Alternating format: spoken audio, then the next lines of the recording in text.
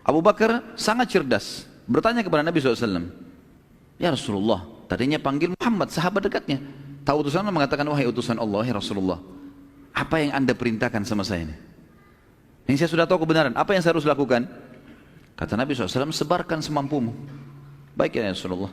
Keluar Nabi SAW dan Abu Bakar. Abu Bakar nggak pakai tunggu teman-teman, hari itu juga keluar cari teman-teman dekatnya. Dan orang yang paling dekat dengan Abu Bakar adalah Utsman bin Affan. Datangi Utsman bin Affan, hai Utsman begini-begini, syahadat. Dan ini luar biasa ya, berarti semua perbuatannya Utsman, dari pertama syahadat sampai menjadi khalifah, Abu Bakar panen pahalanya.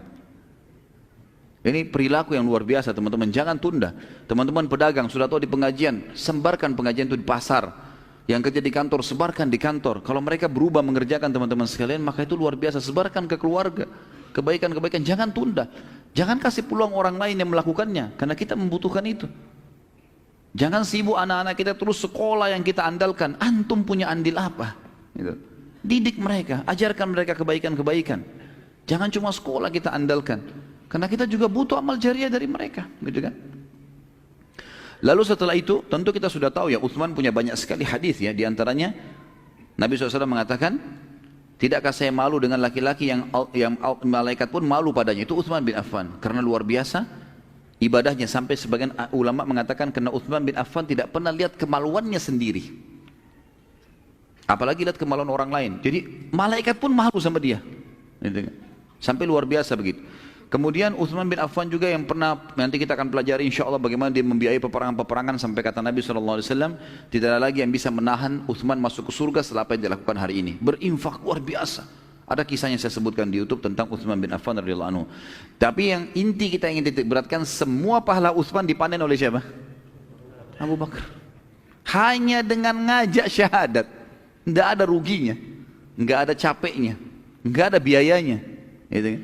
Ajak syahadat. Nanti dia tidak terima Ustaz, bukan urusan kita, dia tidak terima. Sampaikan dulu.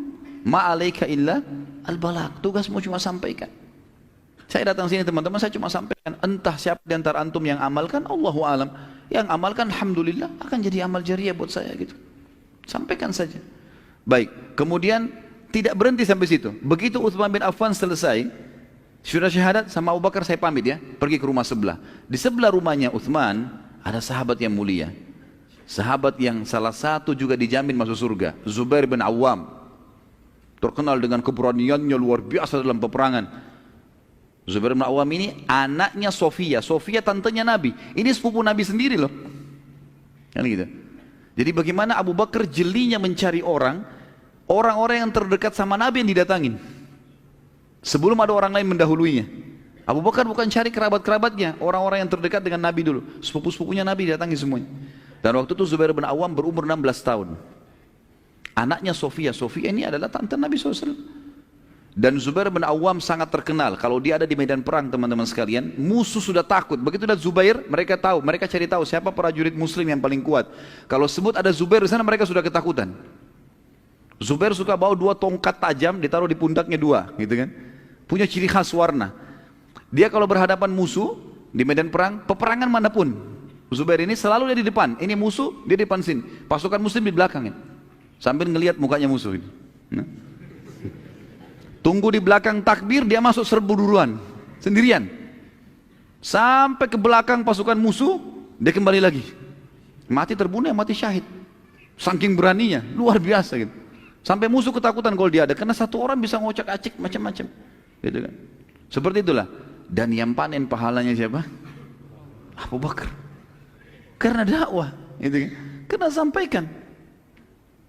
Kemudian teman-teman sekalian, tidak cukup sampai situ. Dia mendatangi sahabat dekatnya Zubair, juga satu jamin masuk surga, Talha bin Ubaidillah. Ini juga satu yang jamin masuk surga. Orang yang terkenal, dia bersaing dengan Utsman bin Affan dalam sedekah.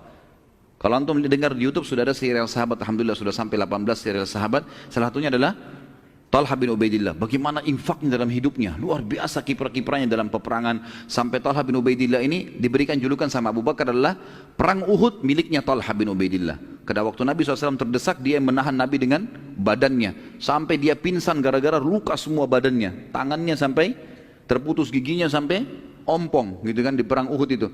Sampai para sahabat memuji mengatakan, ompongmu membawa masuk surga. Gitu.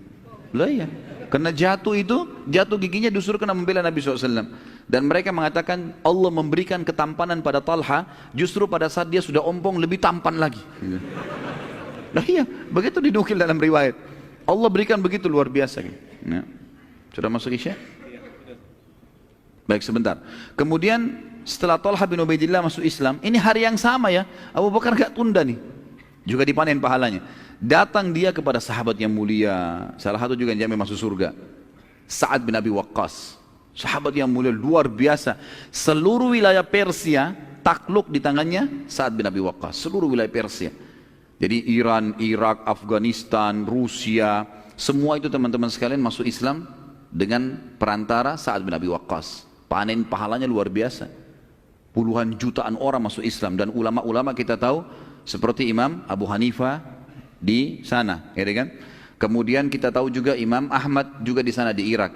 Kita tahu enam-enamnya ahli hadis, ya, Bukhari, Muslim, Abu Daud, Tirmidzi, Ibnu Majah, Nasai, ini semua ada di negeri Persia sana.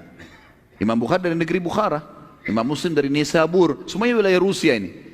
Semuanya dipanen oleh pahalanya Sa'ad bin Waqqas, dan yang membuat dia masuk Islam adalah Abu Bakar. Dan yang terakhir masuk Islam dengan Abu Bakar, bukan terakhir ya, pada hari itu saja masuk Islam seorang sahabat Nabi yang lain yang juga dijamin masuk surga, Abdurrahman bin Auf radhiyallahu anhu. Ini juga masuk Islam di tangannya Abu Bakar. Orang-orang yang besar-besar semua ini masuk Islam di tangannya, hanya karena yakin, oh ya ini Rasulullah, udah sampai langsung, nggak ada keraguan sama sekali. Gitu. Seperti itulah yang luar biasanya. Maka Abdurrahman pun mengucapkan syahadat. Siapa yang tidak kenal Abdurrahman? Sampai Umar bin Khattab pada saat mau meninggal, yang mengumpulkan 6 orang sahabat yang tersisa yang masuk surga, dia tunjuk Abdurrahman menjadi kandidat terkuatnya. Tapi dia nggak mau tunjuk, Umar radhiyallahu anhu tidak mau tunjuk. Umar mengatakan, hai Abdurrahman, kau memimpin majlis untuk memilih kandidat khalifah setelahku, tapi kau memimpin majlisnya. Dan pada saat itu pun Umar mengatakan, kalau Abdurrahman yang jadi saya setuju. Karena dia luar biasa percayanya dengan orang ini. Ini juga masuk Islam di tangan Abu Bakar radhiyallahu anhu. Kemudian teman-teman kita tutup dengan untuk sekarang ya, sampai azan Isya saja ini. Dari kasus ini dapat diambil pelajaran bagaimana kecerdasan dan juga gagasannya dan ketegasan, kejelian, kecerdasan Abu Bakar radhiyallahu anhu dalam mendakwakan Islam. Sampai Rasulullah SAW akhirnya bersabda setelah itu, bila ditimbang iman seluruh umat ini dengan imannya Abu Bakar, iman umat ini ditimbangan, semua kita ini, semua sahabat, semua tabi'in, semua ulama-ulama, semua masyarakat awam yang sudah mati, yang sekarang hidup, yang akan lahir nanti, semua umat ini sampai hari kiamat ditaruh imannya di satu timbangan, dan iman Abu Bakar di timbangan sebelahnya, tetap iman Abu Bakar lebih berat. Karena tidak ada ragu, halal halal, haram haram, selesai. Hidupnya untuk itu sudah, nggak ada bimbang, nggak ada ragu, benar nggak ya, nggak ada sama sekali.